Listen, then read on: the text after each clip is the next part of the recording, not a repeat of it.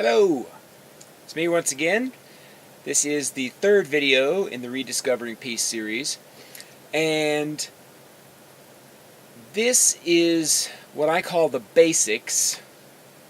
And for the first several dozen presentations I did, I never really mentioned this, what I'm about to share with you, but it became clear that people were confusing the why of the matter. English is, in many ways, a beautiful language, and like every other language, in many ways it's very limited. And so I found that quite a few people who would attend the presentations would somehow think that what I was sharing was a way to happiness, or contentment, or, for lack of a better term, abundance or wealth, or these love. These words got tossed around, and I realized that people were attending and listening to the presentation, and they were coming from a different mindset, a mindset that was making it more difficult for them to understand what I was sharing, what this was actually all about. So I thought I would point out these basics in the beginning and maybe eliminate some of this confusion. Okay?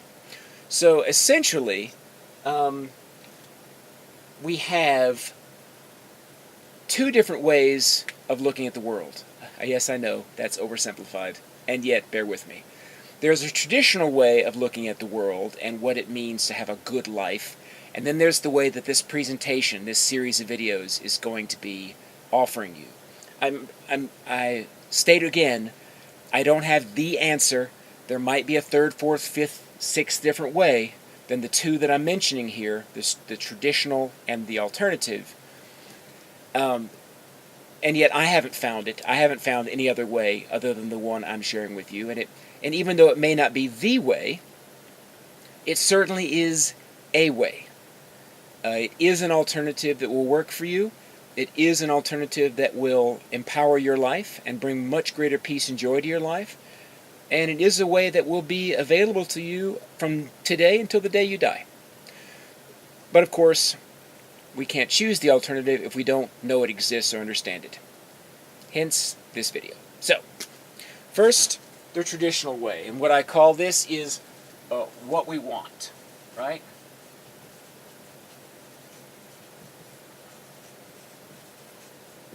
Right? And what the human being tends to look for, right, for lack of a better term, is happiness, right? We want happiness. That's what we're taught.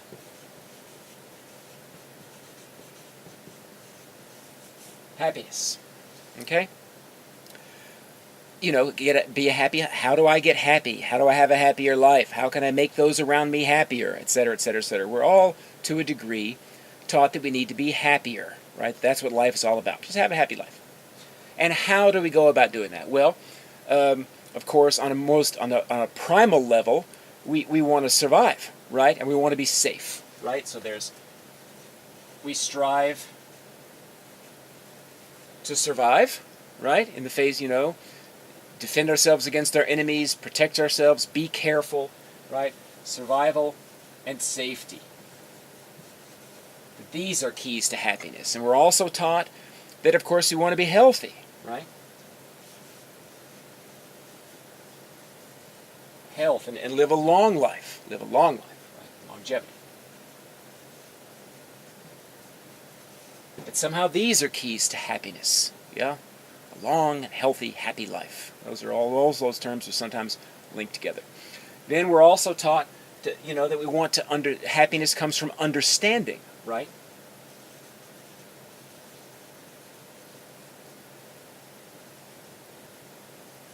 And that's like having access to truth. We search for truth because it makes us comfortable mentally, right? We got it figured out. If you got it figured out, right, then you're happier.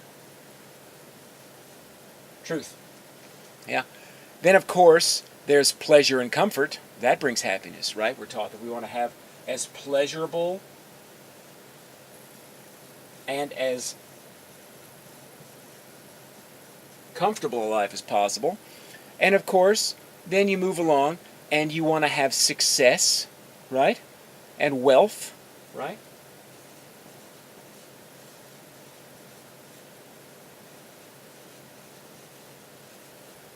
Okay? And those are supposed to make us happy, or at least happier.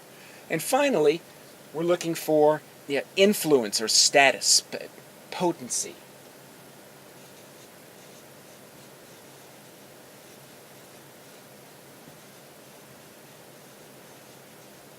When other people respect us, or listen to us, or follow our lead, that's not a bad thing, and that can make us happier. So, the reason why I write all these things down is because this presentation that I share with you has zero to do with any of that.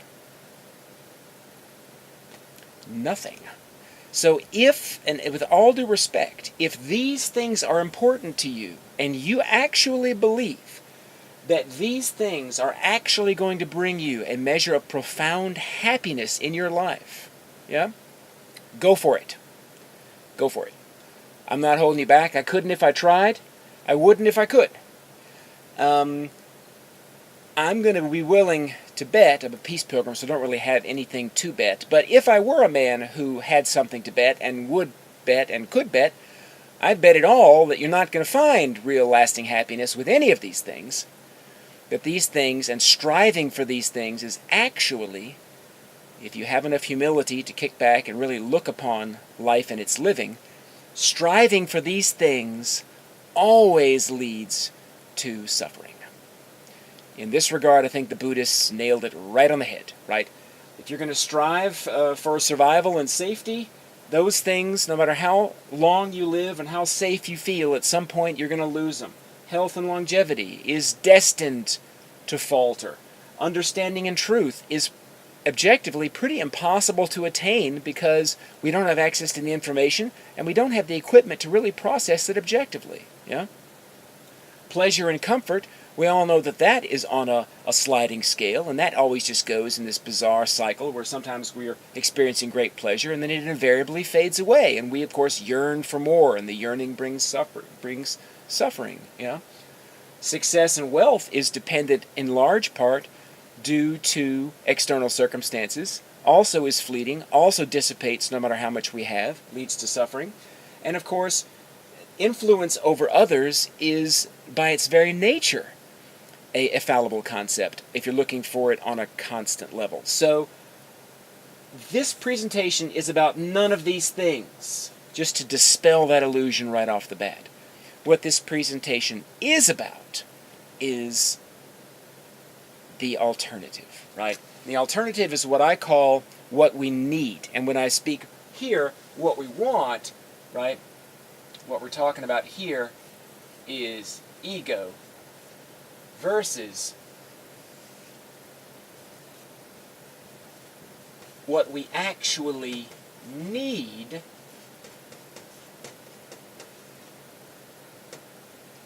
right? Which is contentment. Contentment. It's a completely different concept from happiness.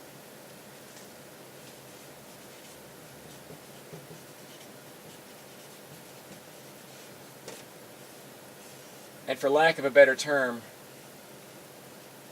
this kind of comes from the soul. So you have what your primitive brain, your reptile brain wants, which is survive and procreate, survive and procreate. Lots of pleasure, little pain, please. That's all this program is saying from the most primitive part of your brain all the time. But there's another part of your brain connected to the electromagnetic field generated by your heart, by the way. And that's what a lot of people call the soul. And the soul is never satisfied with merely these things, which is where the suffering comes from, which is where this deep-seated drive comes from to look for more. Right? It's just why the New Age book craze has boomed so well. It's why these mega church pastors have such perverse amounts of wealth that they take from their mostly poor congregations. It's because people are searching for more than this. They label it this, and they think that if they someday have this, they'll be happy, but they actually realize it's a deeper yearning that they're just mislabeling. They're not looking for survival and safety. They're looking for empowerment.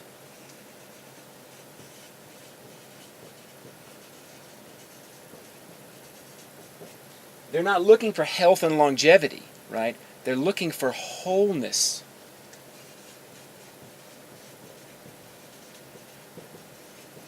They're not looking for understanding and truth, really. They're looking for wisdom.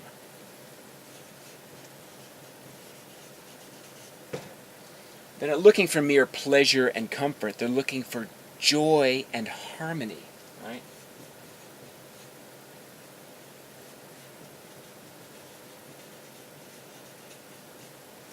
And they're not looking for success and wealth. They're looking for something called bliss.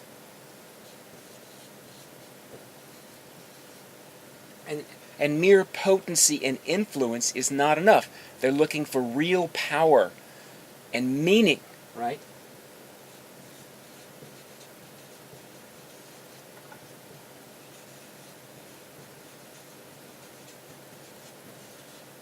So, what this presentation offers is this. Now, these terms by themselves, due to the limitations of language, don't mean anything. And I'll also say that until and if you watch this series of videos and decide to set it in motion, you won't really experience what these terms actually mean. You know, wisdom is not the nice guy sitting quietly in the lotus position in a cave saying clever things, right?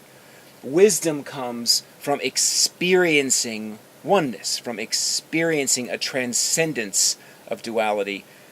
And I could talk another hour about that. But the point is, this presentation is not about this, to dispel that delusion and illusion. It is about this, and the presentation will by the time the video series is over, you'll understand what these terms actually mean. And then if you go forth after watching this presentation, series of videos, right, and you set it into motion, you will understand and experience these things, which are far greater than these things, exponentially light years greater. You'll experience them to the degree that you courageously apply the principles of the presentation. So if you look at the presentation as a whole and you say, oh, I get this concept of selflessness, I'm going to dip my toes in that water, well, you'll get a commensurate amount of understanding as to what empowerment, wholeness, wisdom, joy, harmony, bliss, power, and meaning really are. But only a toeful, just as much as you put, if you choose to say, screw it, I'm diving in, right? I've tried this long enough. I've only got one life to live. This ain't cutting it. I'm diving in. And I'm going to love when it's least enticing to do so. And when there is no benefit on the horizon from doing so, etc., etc. And you dive into this, then you will be washed over with the full comprehension of what this presentation is about, with what these terms actually mean, how they actually feel. They're beyond language, right? This presentation is language-based. There are a lot of symbols involved, thank heavens, which will help you right brain analyze it and right brain understand it without the need to logically process it, right, with words. And yet none of it, or I should say the vast majority of it, will not resonate, and you will not understand it unless you courageously do it. I can't emphasize that enough. I've had thousands of people listen to this presentation, and just a handful of them report back that they have done more than just dip their toe in. And dipping your toe in is not going to be enough. You'll enjoy the presentation. It's extremely interesting. The diagrams are very pretty. It's a concept that resonates logically, and it seems sound. It makes sense of a lot of human history and human behavior, and that has worth on its own. And yet, it really won't do anything for you. You'll still be stuck in this for the rest of your life unless you choose to leap into what I'm offering. All right? No matter how much understanding you have mentally, you will not gain any real benefit from it unless you leap into it. Especially in those moments when it looks like you will receive no benefit from it, ironically, and when you don't want any benefit from it. But more on that in the following videos. Okay? So, very briefly then, if we could return to this, these, as we all know to varying degrees, are ultimately unattainable, at least on a consistent basis. Once we attain them to various degrees, they always dissipate and flee and disappear and cause suffering. They, all of them, depend on external circumstances. No matter how ready we are, no matter how intensely we manifest, no matter how deserving we are of these, right? We don't receive them or the benefit of them unless they come to us from the outside, right? They're all based on the future, attaining in the future, making the present moment better than it is, improving our situation, right? And they all require consistent, diligent effort, for the most part, to attain, okay? These are exactly the opposite. External circumstances are irrelevant. As this presentation will show, they are always available in every moment of your life. In fact, in the moments when you have the least of these are most readily available to you. They are always there for those willing to courageously choose to actualize them, right? They are completely based in the present moment. They are completely based in what is, not what could be. Yeah? And they don't really require diligent effort at all. They require letting go, accepting what is, and powerfully as possible, harmonizing with what is in order to bring the most harmony out of what is. Right? So they are completely different concepts. Now, these are all based primarily in fear and self-interest. These are all based in love and caring, right?